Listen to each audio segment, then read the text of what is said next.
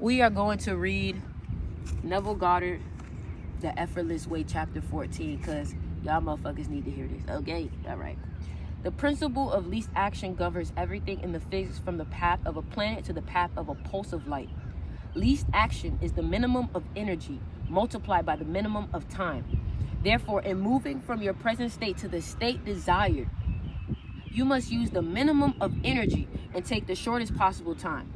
Your journey from one state of consciousness to another is a psychological one. So, to make the journey, you must employ the psychological equivalent of least action. And the psychological equivalent is mere assumption. All right? Be delusional. All right?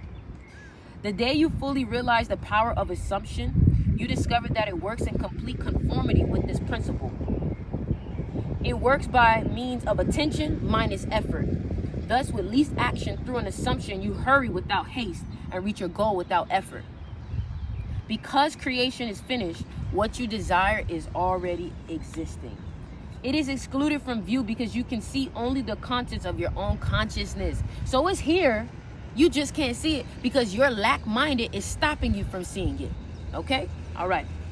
It is the function of an assumption to call back the excluded view, things you can't see, and restore full vision. So through assumption, you can recover all the full view, all right? It is nothing more or less than seeing with the eye of God, imagination, okay?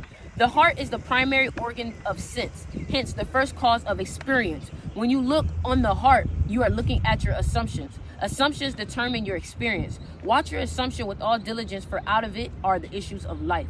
Assumptions have the power of objective realization.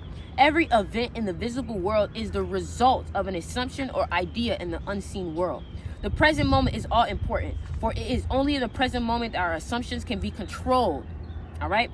The future must become the present in your mind if you will wisely operate the law of assumption. The future becomes the present when you imagine that you are already what you will be when your assumption is fulfilled. Be still, which is the least action, and know that you are what you desire to be. The end of longing should be being. Translate your dream into being.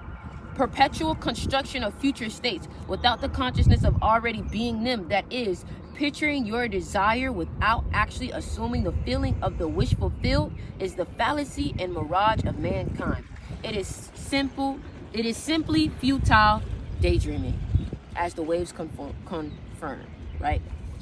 Listen, man, least action. Least action. Look at where I'm doing this video from. Like, come on. Least action. You got to know that you're already that person, period. No more sitting here trying to convince yourself. Like, you got to have that feeling. You have to feel it as if it's already done, period. Some of y'all be thinking, oh, I got to work. And by all means, you do have to put in the work. But a lot of times the work will become easier if you already see yourself as that version, period. Thank you, sir.